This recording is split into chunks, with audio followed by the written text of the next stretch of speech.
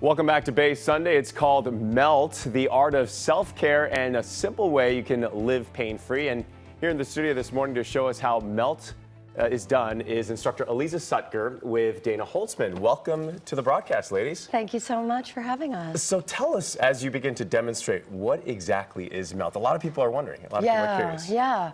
Melt is a simple self-treatment technique that is designed to reduce chronic pain and help you live a healthy, active, embodied life.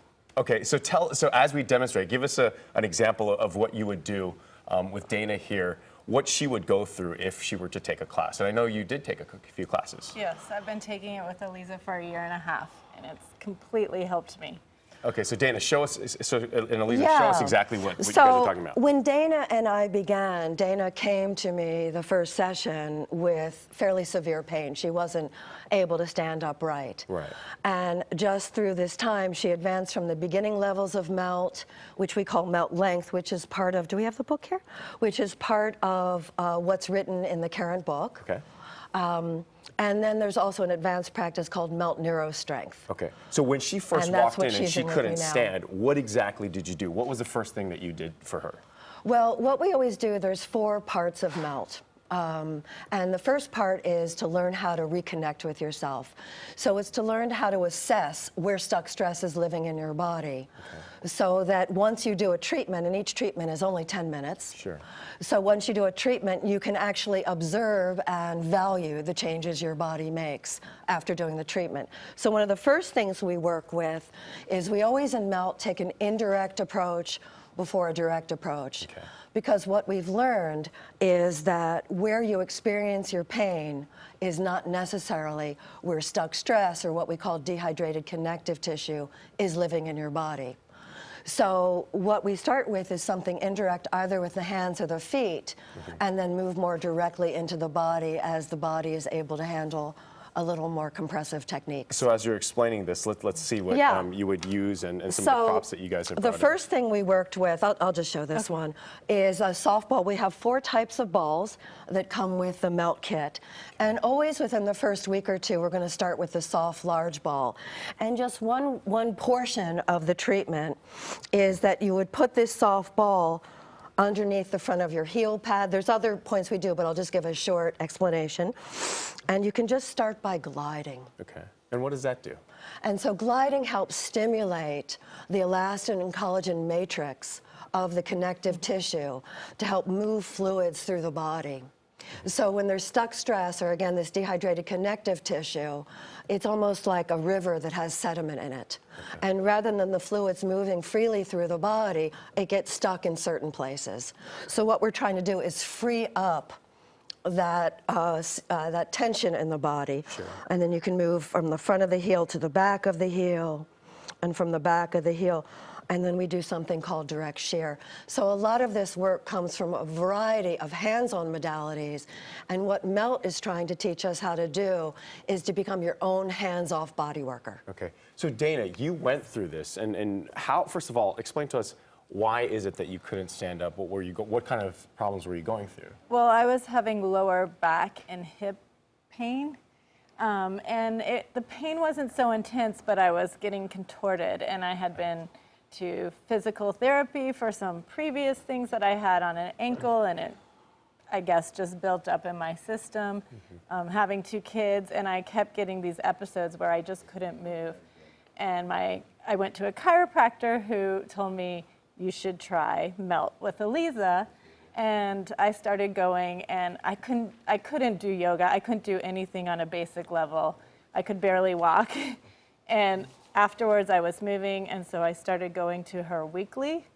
And I have not had an episode of my, getting the back pain since I've started going. Yeah, that's amazing. And how quickly did that transformation happen? Well, I got out of being stuck and being able to move and right away.